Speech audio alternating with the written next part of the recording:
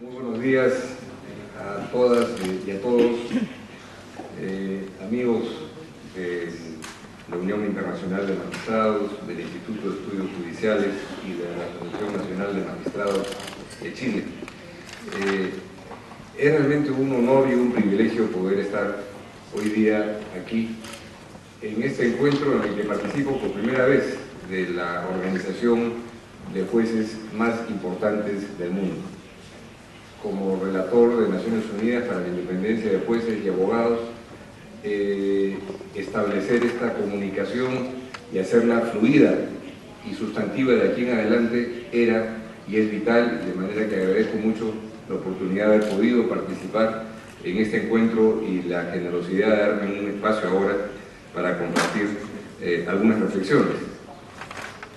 En su generosa introducción, mi amigo Haroldo Brito ha recordado algunos episodios del autoritarismo y de la reconstrucción democrática en mi país, en el Perú, hace algún tiempo, en lo que me tocó desempeñar algunas funciones en la transición democrática. ¿Qué cosa me enseñó, nos enseñó a muchos de nosotros eso? Primero, que para ejecutar, implementar y hacer eficaz un régimen autoritario, cercenar la independencia del sistema judicial es fundamental. Ese cercenamiento que puede venir acompañado eventualmente de medidas, entre comillas, eficientes para la gestión interna, un poco más de dinero, más y mejores computadoras y mejores oficinas, pero cancelando la independencia. Pero cuando cayó el autoritarismo y se quiere reconstruir la democracia, se inició de pronto en el Perú uno de los procesos más fascinantes de investigación con rigor, con objetividad y con garantías de anteriores hechos de corrupción o de graves violaciones a los derechos humanos, a cargo de jueces y fiscales que habían estado dentro de ese sistema, de esa maquinaria oprimida, pero que existían como fuerzas que no habían podido canalizar sus capacidades profesionales ni sus principios, porque todo eso estaba controlado desde arriba por una jefatura que impedía el ejercicio pleno de la independencia judicial y de un razonamiento también independiente. Entonces, esa experiencia me enseñó algo que todos ustedes conocen muy bien, lo que hay de calidades y capacidades en personas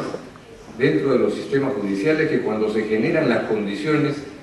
institucionales y tal vez, hay que decirlo, políticas adecuadas, pueden poner rápidamente en marcha un sistema de funcionamiento independiente, profesional y riguroso de administración de justicia, como el que creo que se puso en marcha en el Perú en pocos meses, allá en el año 2000. Esta relatoría sobre independencia de jueces es una de las primeras que se crea en el sistema de Naciones Unidas, por la sencilla razón de que la independencia de los jueces no es algo que atañe y concierne solamente a jueces y juezas, sino que esencialmente concierne a la ciudadanía y a la sociedad toda. Se acaba de hacer referencia, por ejemplo, a los principios básicos de la independencia judicial de 1985, adoptados en la Asamblea General de las Naciones Unidas, que es hasta el momento el principio rector más importante en esta materia, que se ha ido enriqueciendo y que, por supuesto, se añade de manera fundamental el estatuto sobre los jueces adoptado el día de ayer en esta conferencia tan importante. Entonces, a partir de esto, yo quería compartir con ustedes dos o tres reflexiones significativas. Primero, que dentro de este proceso de afirmación de la independencia judicial, naturalmente eso se hace y se ejerce esencialmente frente a las tentaciones que no solamente se dan en los llamados países del tercer mundo, sino en todos los rincones del planeta, las tentaciones del poder político de controlar el sistema judicial. con intenciones que pueden ir desde las más generosas, es decir, hacer que el gobierno pueda hacer las cosas sin que nadie interfiera en sus decisiones, hasta otras que pueden ser más sórdidas, que es la de esconder conductas corruptas o la de impedir que se investiguen graves violaciones a los derechos humanos. Entonces, la independencia judicial se ejerce fundamentalmente frente a las tentaciones del poder político en el diseño y en el concepto de una estructura de una sociedad democrática en la que los contrapesos institucionales son espacios fundamentales. Y con esto no estoy descubriendo la pólvora, sino compartiendo un concepto que todos ustedes conocen muy bien. Pero la independencia también tiene que ver con otros espacios de poder, ¿no? Con el poder económico, que puede ejercer determinadas circunstancias, su influencia para que se haga o no se haga determinadas cosas, para poner en acción o poner en indiferencia y mirando de perfil a determinados espacios de la judicatura, incluyendo para estos efectos lo que puede haber de judicial en la actividad de los fiscales y del Ministerio Público. Pero también la independencia se puede ver afectada por el peso del poder mediático. Un poder mediático que es esencial en cualquier sociedad democrática, pero en determinadas condiciones puede ser ese elemento que dicta las sentencias a través de titulares en los medios de comunicación o en las redes sociales, dejándole poco espacio al sistema judicial para que, siguiendo el debido proceso y con las garantías judiciales apropiadas, pueda llegar a la conclusión que corresponda aplicando la Constitución y la ley interna en el país. Pero puede haber también otros factores externos. Este año que concluye, el tema central de los dos informes, que es lo que le corresponde presentar al relator especial, uno al Consejo de Derechos Humanos en Ginebra y otro a la Asamblea General de las Naciones Unidas en Nueva York. En los dos informes me he permitido poner la atención y el foco en un aspecto que no pone de lado, naturalmente, lo que puede hacer la necesidad de defender la independencia frente a injerencias del poder político, del poder económico, del poder mediático, pero que sí corresponde a una preocupante evolución hoy día en la sociedad global, en donde el crimen transnacional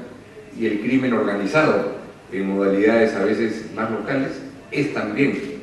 una amenaza a la independencia del sistema judicial. Sea porque busca,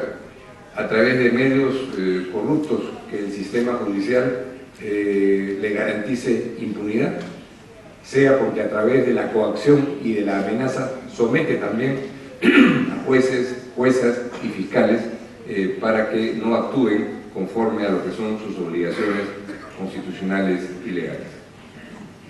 Entonces, ese ha sido el tema que hemos trabajado, y la redacción ha sido muy interesante y se ha recibido información muy valiosa de todos los países. En este contexto,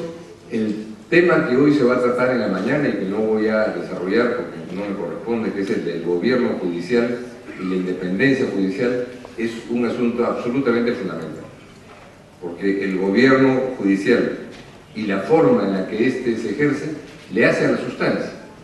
Evidentemente, un gobierno de un área del Estado, la administración y la gestión de un área del Estado en general, tiene que responder a criterios de eficiencia, a criterios de disciplina interna, de orden, pero todos esos aspectos que son finalmente componentes administrativos y de gestión eficaz, frente a lo que es un espacio de poder democrático como el espacio de lo judicial en un sentido amplio, todo eso no basta, porque el elemento de la independencia, otra vez, acaba siendo el fundamental en lo que es una gestión y un gobierno judicial en un Estado y en condiciones democráticas. No se trata en consecuencia de tener solamente más computadoras y mejor eficiencia en el uso del tiempo por parte de la gestión del sistema judicial, sino asegurar que todo eso sirva para tener una justicia que sea independiente y que esté cerca de las necesidades de la gente. No existe un modelo de gobierno o de gestión judicial que esté establecido en los estándares o en los principios internacionales. Hay particularidades que funcionan bien en un país y que funcionan, esa misma estructura no funciona bien en otro país. De manera que yo ahora y después como relator no creo que vaya a proponer un modelo de gestión judicial, sino solamente principios fundamentales que cualquiera que sea la estructura que finalmente se diseña, consejos de la magistratura, de la judicatura u otros mecanismos de gestión, sí tienen que ser elementos sustantivos en base a los cuales se articule una gestión que asegure la independencia. Menciono 4 o 5 que pueden ser fundamentales. Primero, que la gestión y el gobierno judicial impulse y genere mecanismos de selección que sean previsibles y transparentes, para que el proceso de selección, el proceso de ascensos, sea algo que no tenga explicaciones abstrusas o misteriosas, sino que responda a capacidades y, lo que es más importante, que haya transparencia y que la ciudadanía pueda conocer y saber por qué ocurre algo y también poder opinar. He compartido ahora con otras personas la responsabilidad, en mi caso por designación del Secretario General de Naciones Unidas, en la designación de las personas que integrarán la justicia de transición a la paz en Colombia, desde el nivel de Corte Suprema a instancias intermedias. Todo ese proceso ha sido enriquecido por una dinámica transparente en donde se ha podido recoger de la sociedad, frente a más de 2.000 candidatos que se presentaron, más de 15.000 opiniones e información sobre las candidaturas que llegaron a través de los medios informáticos, que nos dieron elementos muy importantes sobre trayectorias y temas que no necesariamente habían sido informados en las hojas de vida que las personas habían presentado. Entonces, ese proceso de selección previsible, público y transparente, cualquiera que sea el mecanismo, es muy importante. Segundo, algo obvio que no voy a desarrollar aquí, la libertad de expresión y asociación de jueces y juezas como un elemento indispensable, que es algo que muchas veces se pone de lado diciendo, bueno, que el juez o jueza no tiene derecho a opinar y que la asociación finalmente como funcionario o funcionaria del Estado tiene que estar limitado, que son aspectos frente a los cuales naturalmente hay que batallar. Tercero, la capacitación y especialización permanente, como un derecho de los jueces y juezas, pero también como un derecho de la sociedad, para ir permanentemente actualizándose en función de nuevas demandas y de nuevos requerimientos. Hoy día, el tema de la amenaza del crimen transnacional, por ejemplo, es un elemento que golpea absolutamente a todos los países que están aquí representados. ¿Cómo se puede enfrentar esa amenaza y acción real de la criminalidad organizada? Hay herramientas, y la principal herramienta que tienen los estados es la de la justicia, los fiscales en los que les atañe y los jueces en los que les corresponde. Y convertir, por ejemplo, que es la tesis que como relator he presentado a la Asamblea General este año, un tratado internacional que es de los más importantes hoy día vigentes en el mundo, que es la Convención de Naciones Unidas contra la Corrupción, concebirlo también como un instrumento de promoción y de protección de los derechos humanos. De manera que si antes, en el pasado,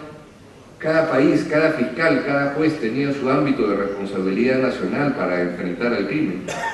hoy día, cuando se trata de crimen transnacional, tiene que hacerlo en coordinación con autoridades judiciales y fiscales de otros países, y hacer algo que hace 15 años era impensable, que es, por ejemplo, transferirle a un colega de otro país los hallazgos que va encontrando de un proceso de investigación que todavía no ha concluido, pero que permite tener una concertación que garantiza eficacia en el resultado de lucha contra el crimen. Entonces, si es que no se actualizaran los fiscales de todo el mundo con esas nuevas herramientas y se siguiera guiando todo por los viejos códigos muy vigentes y muy importantes, por supuesto, sustantivos y de procedimientos, sin tener en cuenta estas obligaciones de coordinación y cooperación internacional, no habría la eficacia que hoy día estos retos plantean. En cuarto lugar, algo obvio, recursos presupuestales, ¿no? Si no hay condiciones económicas y presupuestales adecuadas, no se puede hacer el trabajo, y cualquier gestión de gobierno interno judicial es evidentemente frustrada. Y finalmente las condiciones de trabajo, la permanencia en el cargo, la inamovilidad hasta la edad de retiro, hasta el tiempo de la función, y un sistema de ascensos transparente, que son todos principios que ya están recogidos desde 1985. El Estatuto del Juez, que se ha aprobado ayer, da elementos sustantivos muy importantes que vamos a tener que darle seguimiento en el curso de los próximos meses en el trabajo de la Relatoría sobre la Independencia del Juez. Al fin de la historia, sin embargo, puede haber todas las reglas que estén escritas y que estén puestas en el papel, pero que finalmente todo dependerá de los jueces y de las juezas y de sus capacidades de defenderse frente a cualquier injerencia que afecte su independencia y de batallar por el pleno ejercicio de su independencia y que los sistemas de gobierno no afecten esa independencia. He encontrado entonces que el tema que se va a tratar esta mañana y los nuevos elementos que aporta para el derecho internacional este Estatuto del Juez tienen realmente tremenda importancia, y los felicito por lo que hay ahí de elementos creativos, inspiradores y novedosos. Y quiero compartir en ese sentido con ustedes una primicia, que no la saben todavía en la Oficina de Naciones Unidas en Ginebra. Ustedes son los primeros en informarse. Cada año el relator o relatora puede escoger un tema central para que el seguimiento de su trabajo y de sus informes ponga un énfasis mayor en ese tema central. Y quiero por eso anunciar ahora que para el año 2018 el foco del trabajo de la Relatoría de Independencia de Jueces y Abogados estará en reforzar todos los elementos conceptuales sobre sistemas de gobierno judicial que refuercen y apuntalen la independencia judicial, y detectar aquellos elementos que dentro de una estructura de gobierno afectan esa independencia judicial y cercenan las posibilidades de contar con una justicia que pueda estar al servicio realmente de la democracia y los derechos humanos. Entonces, por eso, establecer o fortalecer, mejor dicho, en los próximos meses, una relación estrecha con todas las organizaciones que están aquí representadas y, por supuesto, y en primerísimo lugar con la Unión Internacional de Magistrados, no es ni será un asunto protocolar y de buena forma, sino algo sustantivo y esencial. Porque el alma de la independencia judicial finalmente son los jueces y las juezas. Y si ese sistema de gobierno judicial que sea concordante con esa independencia se diseña y se pone en marcha, tendrá que ver en mucha medida con esas experiencias, con esas reflexiones que se puedan llevar a cabo junto con las instituciones de representación de magistrados en diferentes partes del mundo. Concluyo compartiendo con ustedes mi optimismo. La independencia judicial ha estado, está y estará amenazada a lo largo de la historia siempre. Y hay nuevos factores que presentan retos como este que menciono del crimen organizado transnacional. Sin embargo, la historia nos demuestra una y otra vez que las capacidades de reconstrucción de una institucionalidad judicial independiente son infinitas y que apenas se abren las condiciones para eso, hay gente dentro de los propios sistemas judiciales y muchas personas que quedaron fuera, que pueden rápidamente poner en marcha una dinámica de un sistema independiente y vigoroso. En consecuencia, las amenazas que hoy día afectan a la independencia en algunos países de América Latina, de Europa, del Asia o del África, hay que verla como una coyuntura desdichada, pero que para enfrentarla hay las herramientas suficientes y que el concurso de los jueces, las reflexiones que se hacen también a nivel transnacional e internacional son absolutamente fundamentales y vitales. De manera que concluyo agradeciendo nuevamente por la oportunidad de haber podido estar aquí con ustedes estos días, aprender muchísimo, mi respeto por vuestras organizaciones, mucho éxito y mucha fuerza. Gracias.